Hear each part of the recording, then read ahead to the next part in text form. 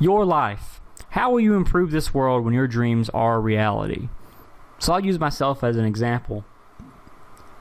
Once I reached a certain point in my life as an officer and a teacher and a business owner, I'm pretty comfortable with where I'm at.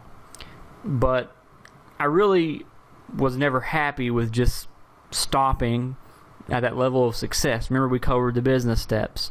You're always wanting to try to expand.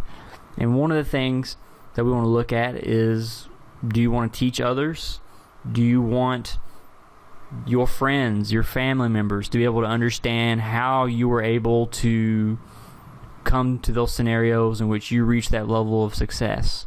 Do you want to expand further than that and not just teach your friends and family, but also try to teach as many people as you can? Like in this case, I'm trying to reach out to anyone who's willing to listen. And that's part of the philosophy of a teacher, is we're trying to teach. Do you want to change lives? Those people who you employ, you got to think about their livelihood. You got to think about what it is that they are coming to work for. What do they represent? The people around you, the people you surround yourself with, your environment, it is completely reflective to how you live your life. And if you don't like the way your life is going, then you need to change your environment. And sometimes we have to change our lives. So are you going to change lives? What will your environment be like? Will you create a positive environment, or an environment where people feel targeted, like they're the next person on the chopping block? Will you be flexible, or will you be so rigid that when the wind blows, just like a stick of wood, you're just going to break in half and go off the deep end and explode on people, turning them away from you? You have to be able to manage. Are you going to buy everything?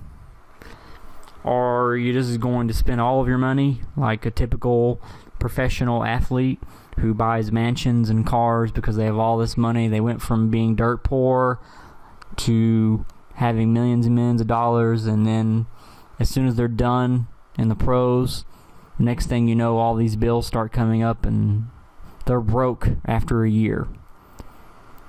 You got to look at long term.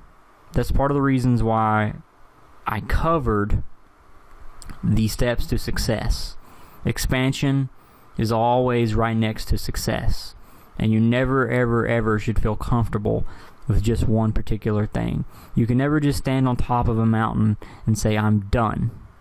You have to always think of the future and think of ways to stay on top of the mountain. Otherwise, someone's going to climb on top and they're going to throw you off that mountain, so to speak. Are you going to become isolated? Are you going to become so set in your ways that you're going to take your success and then just go and retire somewhere? And if that's what you want to do, then by all means do it. If that's what brings you the ultimate happiness in life. But one of the things that I've found out is that when you reach a certain level of wealth, I mean, I'm not a billionaire. I've made a few million, but when you reach a certain level of wealth, things change. In the beginning, when you don't have that wealth, you think, all I want is this. I want those money signs. I want those dollars. I want to have this. I want that. As soon as I have this, it'll change my life forever. But then once you get it, you realize that you're not really complete. And there's just something about it. You have all this money, and you have pieces of paper, because that's what it ultimately is.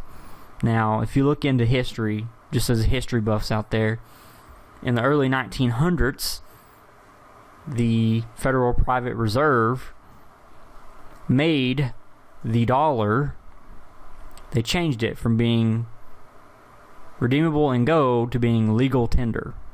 So it really is fiat currency.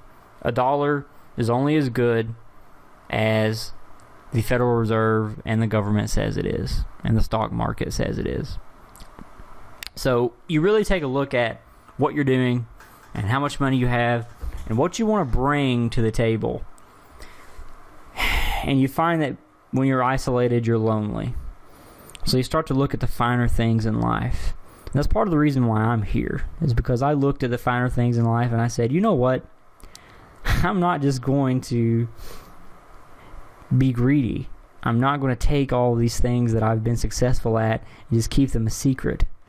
Because the things that hide in the shadows, the things that are secret, are never good. So I want to bring these things to the light. I want people to be inspired. I want them to be successful. I want them to be smiling. Because that's what is great about this universe, is happiness and love. And I think that the more successful you are, the more you'll start to realize these things too. So one of the last things we're going to look at in this section is competition. And I want to hit on this. As we become more technologically advanced, the world becomes smaller. How will you stand out from the crowd? And obviously this is much more reflective. What I mean for this is I want you to get the wheels turning.